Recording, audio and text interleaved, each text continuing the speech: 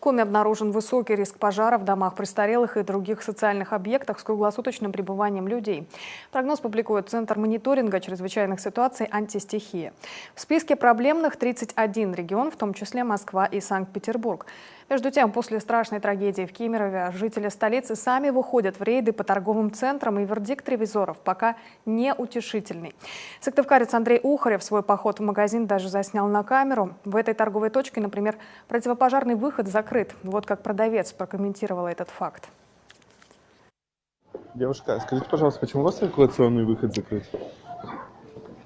Не знаю.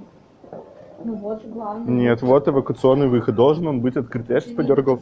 Это обычный выход. Нет, это эвакуационный выход. Вы посмотрите, вот там вот даже есть табличка. У нас есть ключ. Но он должен открыть быть прямо сейчас. Там двери будут постоянно открыты, будут ходить дети. В смысле, это закон. А кто, кому это? Идите к менеджеру. Ну давайте, где он? Ну он ушел только что. Приходите завтра. Впрочем, дверь продавец так и не открыла. На вопрос, что если пожар, ответила: значит, сгорим все вместе. Это уже другая торговая точка. Здесь выход заблокирован тележками, а на двери и вовсе настоящий амбарный замок. На этом отчеты не заканчиваются. Соцсети пестрят в эти дни подобными проверками. Очень часто они не совпадают с выводами контролирующих пожарную безопасность органов.